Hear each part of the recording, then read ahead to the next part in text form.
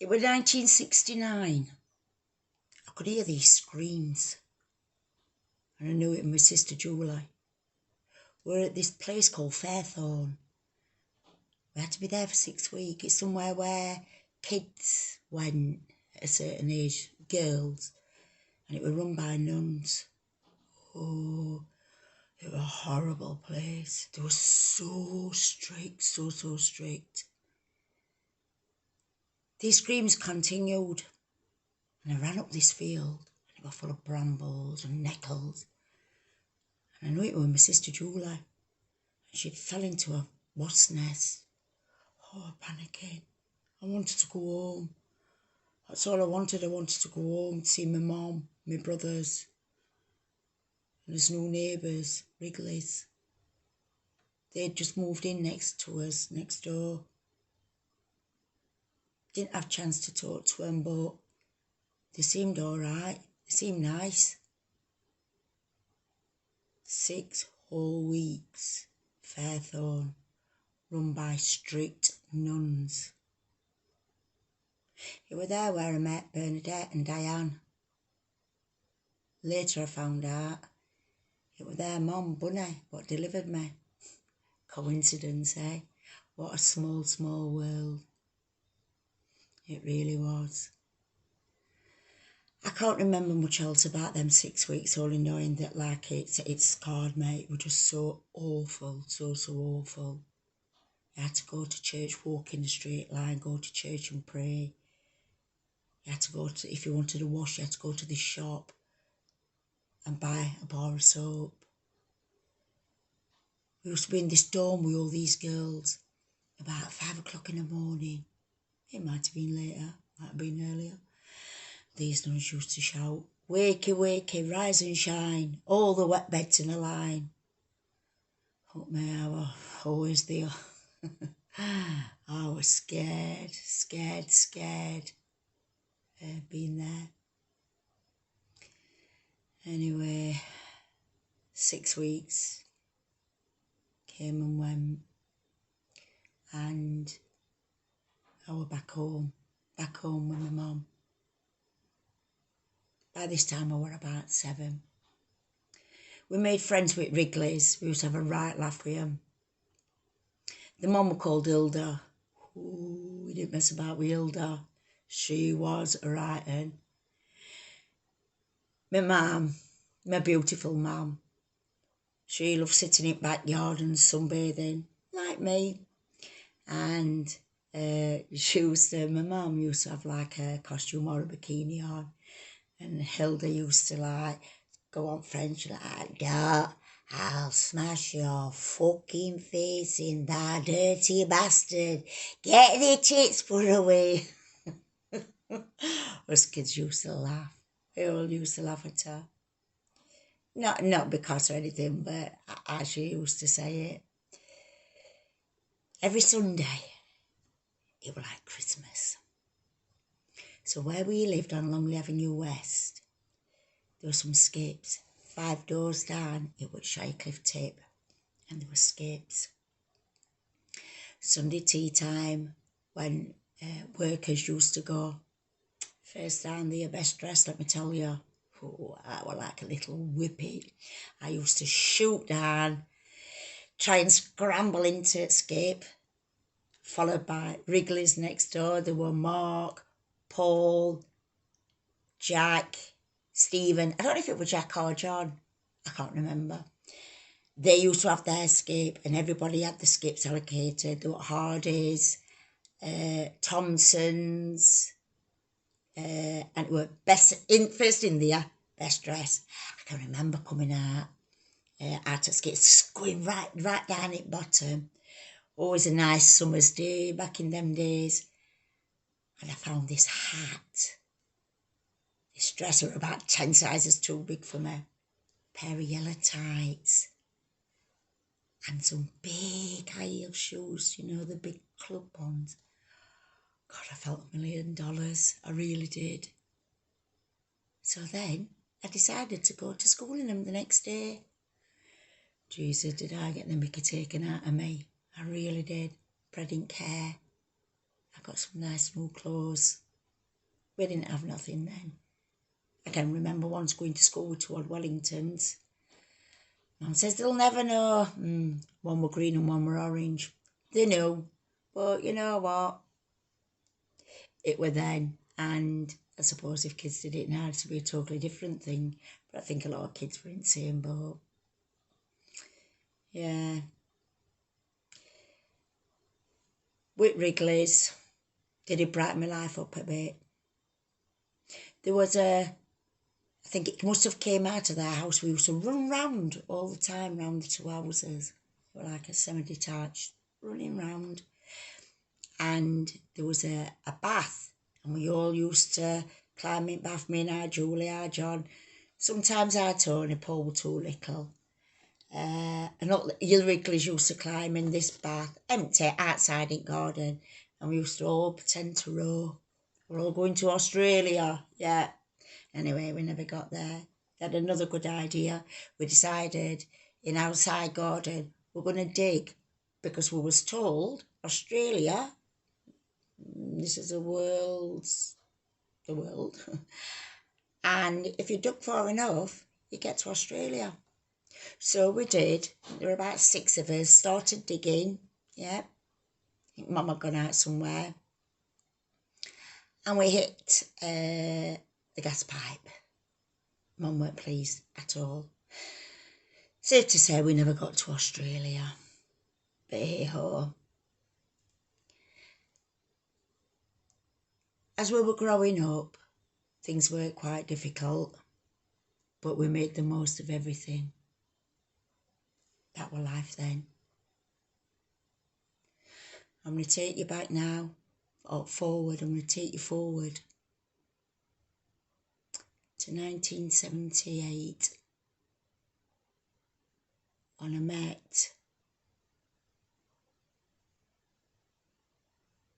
Harry. As I said before, I was 16, just the day before my 16th birthday. And I met him after. I can't remember when. I know I weren't bothered. I was 16. I can remember being in Cannon, downstairs in Cannon, and it was a relationship wasn't going nowhere at all. In fact, I don't even think I called it a relationship, because there was no relation in it. I can remember he came up to me one night, I were my friends and our Julie, and he came up and went, I've met somebody else, I don't want to be with you. I'm quite relieved actually. And I went, oh, okay. That was that. I thought, oh, that were easy. About half an hour later, all this commotion. We're downstairs in Cannon, all this commotion. So everybody's like running upstairs. Me and lasses, being nosy, we all followed. Stood outside, and there was Harry. And there were like about 10 blokes surrounding him. Next thing, they were like arguing. And then one of Harry's friends came up to me and went, you've caused this. Like, hey? I've caused it? How can I have caused it? He went, because you said that you told him the wrong answer. I ain't got a clue what he were on about. I really hadn't. Next thing, I start scrapping with these blokes. But they were big blokes. You were only 18. And one by one, he knocked them out. I've never, ever, ever seen anything like it in my life. Next thing, they were all out, called out. It was just like, it was like somewhat off a movie, but I've never seen anything like it before. I didn't know what to do, and I just stood there, and I thought, oh my God. Next thing, he come up to me and he went, you're fucking dead. You've caused this. What? Hey? Next thing, he's grabbed hold of my hair, and he went, I'm putting you through fucking co-op window. Oh my God. It was like having an out-of-body experience. I was that scared. I was absolutely terrified. Next thing I looked and there were a lamppost, and I just put my arms around it, and I don't know how, and they were dragging me and pulling my hair and punching me inside of my face. I didn't know what was going off. Why were he doing this? Why? I had said, oh, I didn't want to be with me. I didn't understand. This carried on for about 5 minutes. I don't know how I held on. At one point, I was just going to let go and that's it. I can't take no more. Do it. Just do it. And then just somewhat thought, just said something nice to him. Said something nice. And I just said, I don't want to go out with you. We're kidding. And he stopped. Oh my God, he went, that's better. That's better. Don't tell me. No. Don't tell me that you don't want to. All right. I don't even think any words came out of my voice. So next thing, everybody had gone. Everybody by this time was scared. Everybody were always scared of him. But I didn't know this. We were only 16. He says to me, do you want to lift home? Oh God, I don't answer no. I don't answer no. Yeah. He says, right, come round here. So we walked round from Cannon onto Commercial Street. And his car were on side. So I gets in. Then you didn't have to put your seatbelt on. I gets in. I thought, oh my God, what's going to happen to me? He went, what you fucking doing? Get out and push car. Yeah. I got out. And I thought, oh God, I don't know what I'm going to do. When I was just like all aflat. I gets out of the car. And he's like, push. And he starts pushing the car down the hill because Commercial Street, it was like a road going down. I sets off running, pushing car. I got this super strength from somewhere, I don't know where. Starts pushing car. Next thing, it boom, starts up. Car goes flying down the road. I'm stood there. I don't move. Where is he? He's got to come back for me. He's got to. Can't move. Can't move. He'll find me. What am I going to do? I stood there for about 15 minutes. I was just so scared. I didn't know what to do. I hadn't got a clue. Didn't know what to do. Unbeknown to me, my friends and my sister were looking for me. They didn't know where I were. Only thing I could think, I've got to walk home. I've got to walk to Shirecliff. I'll get another 5 minutes. He's got to come back. He's got to come back. He didn't. He didn't come back. Which one I was glad of. But I didn't really want to be walking on my own. But I didn't care. I did not care. And I walked home. I thought, this is it. How am I going to get out of this? What am I going to do? God, I thought I was going to go out with him. He was going to save me from Jasper, Slavichopped. Jesus Christ, what have I done? I've gone from bad to worse. I must have got home. Can't remember. I think I was just like traumatised. I don't think I saw him for a while. I think I was too scared to go into town. And I was working. I can't even remember if I told him where I worked. I was that scared. Slavichopp's Jasper was still living at Longley Avenue West. This one day, he was mouthing off at my mum again. And she's run outside into the yard. I can remember it was a right nice day. Lovely weather. Always nice weather back then. And Wrigley's next door. They heard all commotion. They come out. Now Paul, he was same age as Julie, so he's got to have been 16, 17. And Mark was same age as me. I think Stephen was same age as our John. Anyway, Jasper started giving it that to lads next door. Next thing, they jumped over. They absolutely battered him. I don't like violence or out like that. I think I've seen enough myself. They kicked him all off, said, don't ever, ever, ever touch Dot again, or Diane, or Julie. I felt very brave, very brave. I thought, oh God, thank God. They're going to protect us. Oh, yeah. A few weeks after, up road, there was a lad I used to go to school with called Stephen Pegg. He got a sister called Brenda, and his dad, don't know his name. I know him as Mr. Pegg, because you have to call, in them days, everybody Mr. or Mrs. It was being courteous.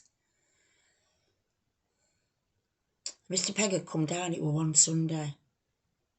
I can remember it was Sunday because we were all just about ready to go into Scapes. And I knew I couldn't have no like disturbances or anything like that. I needed to get down there with the rest of our family and get into Scapes before anybody else did.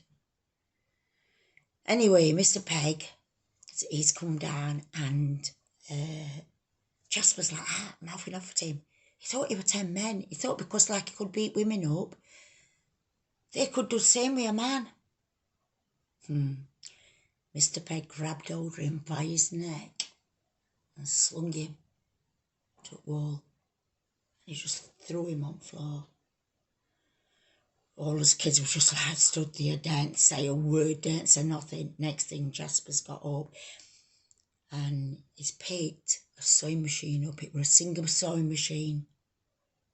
He's picked it up and he's gone like that. But he's put it too far behind his head. Next thing, ooh, fell backwards. You were out for count, yes. I think a bit after that, Jasper had gone. I think he realised that nobody liked him and he couldn't bully anybody anymore. Whew, my saviour.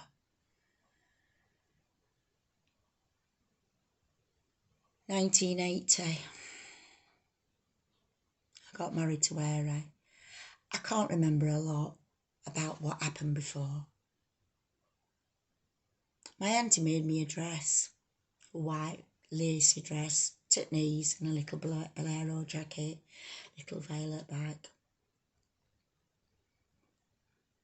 I thought things would be different. You know, naive.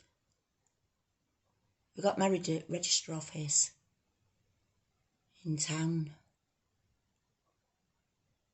I kept thinking in my head, what you doing, what you doing, what you doing, what you doing, what you doing, what you doing, what you doing.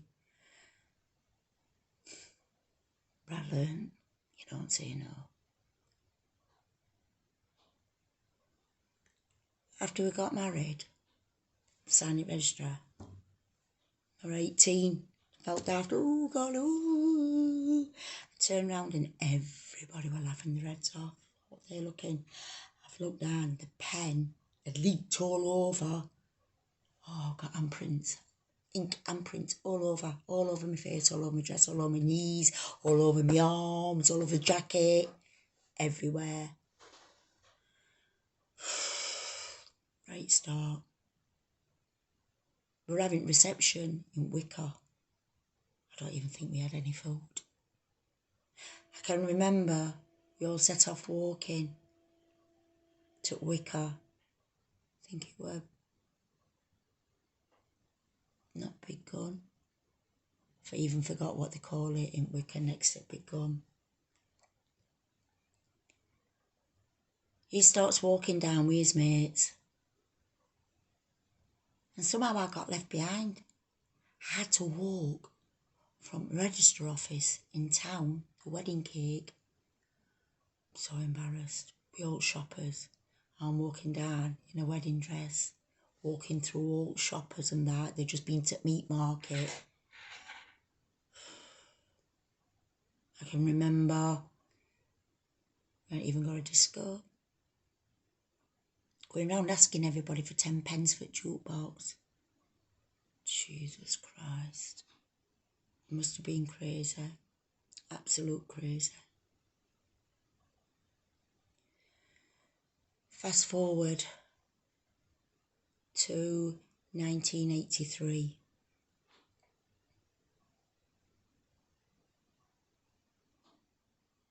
He used to humiliate me all the time. I weren't allowed out, and every day was a beating. I always wanted to go out and wanted to be with all other couples. I only wanted to be normal. I didn't ask for much, you know. He went out all the time, every single night, manking about with everybody. Never had no money, nothing, not a thing. So one night, he decides they were taking me out. Boy, you were out buzzing. Oh, I was buzzing. What am I going to wear? I got some material and just made myself a dress, quickly sewn, and made myself a dress because I ain't got no clothes or anything.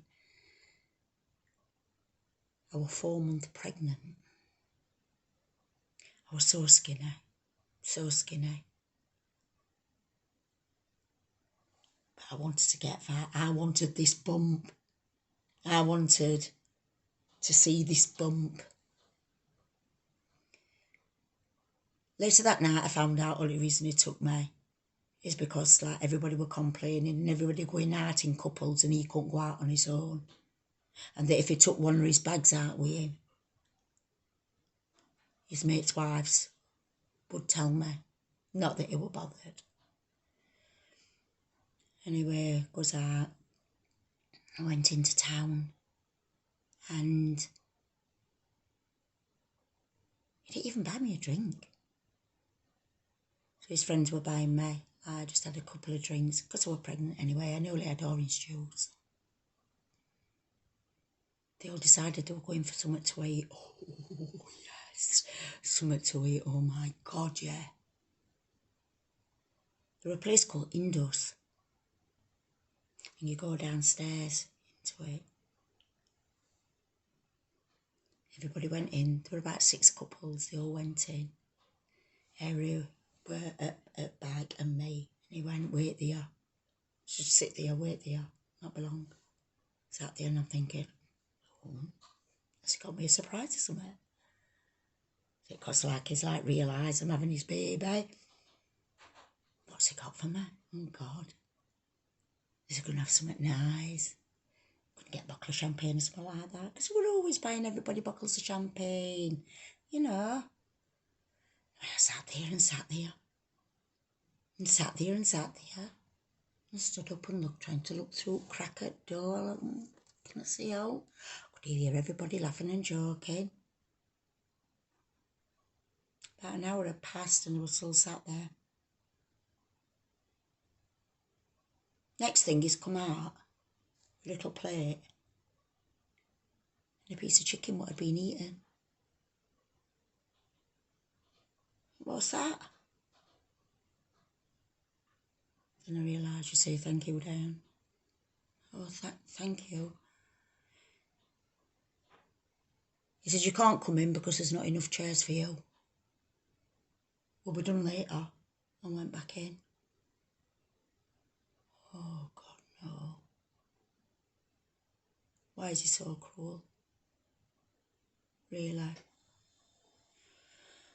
Why were he so cruel to me? I don't know. I really don't know. We're going to fast forward another few years. I weren't pregnant at this time. I stayed one night at my friends, Lynn's and Billy's. Billy was a man about the town. He was quite a feared man in them years, but he was always all right with me, and Lynn was lovely. I didn't know that Lynn was seeing somebody else. So that night she asked me, will you just come somewhere with me? I thought, why not? Don't make any difference. I'm staying at hers anyway. They knew that I was staying there. So we went into this nightclub called Faces. All we did, we walked in, looked round, back out, back to her flat, hers and Billy's flat. Next morning I gets up and I just got this awful, awful feeling. I was just scared. I was scared.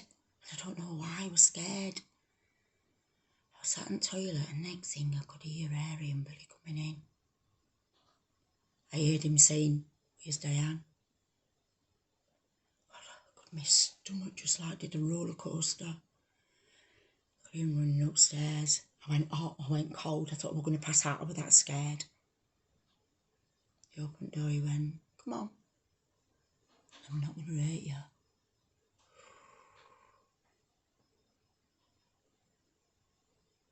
I got off toilet, went downstairs. He went, "Come on. I'm not going to hurt you." Got outside and he got a stick in his hand. And he started whipping me. And he whipped me that hard, he made a whoosh noise. And then he went, "Where were you last night?" I went, "Nowhere." "Where were you?" Whip, whip, whip.